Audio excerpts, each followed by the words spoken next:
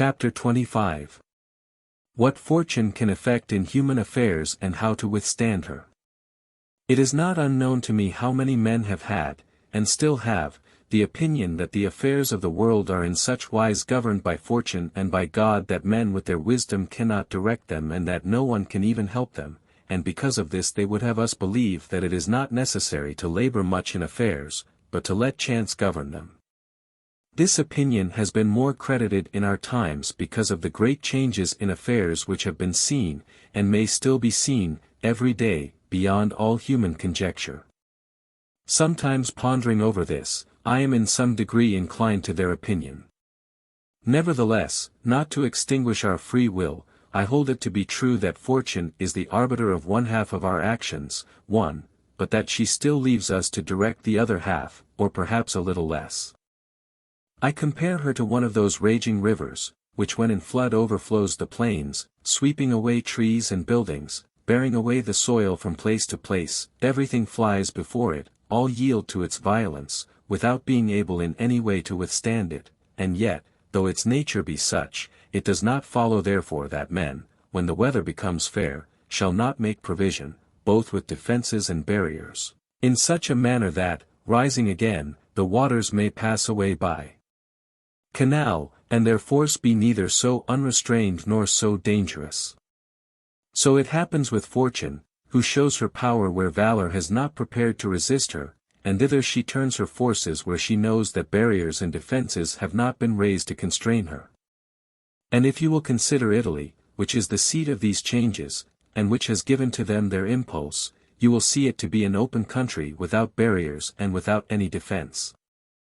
For if it had been defended by proper valor, as are Germany, Spain, and France, either this invasion would not have made the great changes it has made or it would not have come at all. And this I consider enough to say concerning resistance to fortune in general. But confining myself more to the particular, I say that a prince may be seen happy today and ruined tomorrow without having shown any change of disposition or character. This, I believe, arises firstly from causes that have already been discussed at length, namely, that the prince who relies entirely on fortune is lost when it changes. I believe also that he will be successful who directs his actions according to the spirit of the times, and that he whose actions do not accord with the times will not be successful.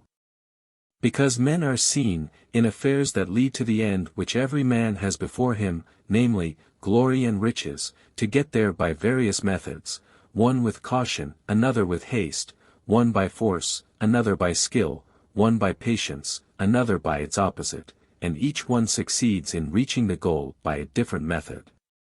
One can also see of two cautious men the one attain his end, the other fail, and similarly, two men by different observances are equally successful, the one being cautious, the other impetuous. All this arises from nothing else than whether or not they conform in their methods to the spirit of the times. This follows from what I have said, that two men working differently bring about the same effect, and of two working similarly, one attains his object and the other does not.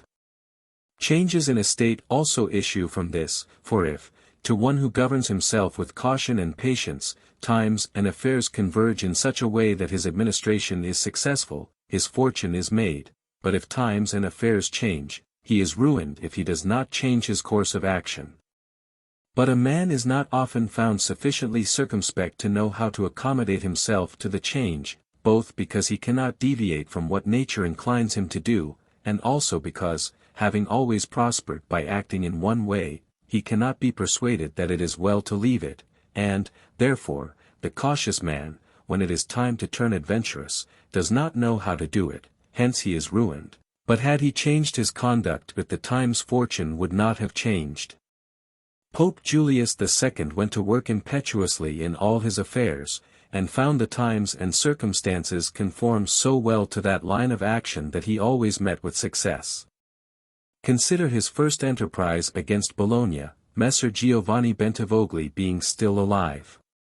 The Venetians were not agreeable to it, nor was the King of Spain, and he had the enterprise still under discussion with the King of France. Nevertheless he personally entered upon the expedition with his accustomed boldness and energy, a move which made Spain and the Venetians stand irresolute and passive, the latter from fear, the former from desire to recover the kingdom of Naples. On the other hand, he drew after him the King of France, because that king, having observed the movement, and desiring to make the Pope his friend so as to humble the Venetians, found it impossible to refuse him.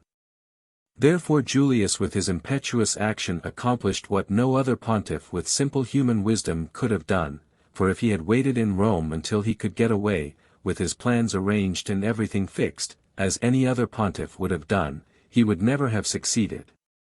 Because the King of France would have made 1,000 excuses, and the others would have raised 1,000 fears. I will leave his other actions alone, as they were all alike, and they all succeeded, for the shortness of his life did not let him experience the contrary, but if circumstances had arisen which required him to go cautiously, his ruin would have followed, because he would never have deviated from those ways to which nature inclined him. I conclude, therefore that, fortune being changeful and mankind steadfast in their ways, so long as the two are in agreement men are successful, but unsuccessful when they fall out. For my part one consider that it is better to be adventurous than cautious, because fortune is a woman, and if you wish to keep her under it is necessary to beat and ill-use her, and it is seen that she allows herself to be mastered by the adventurous rather than by those who go to work more coldly. She is, therefore, always, womanlike, a lover of young men, because they are less cautious, more violent, and with more audacity command her.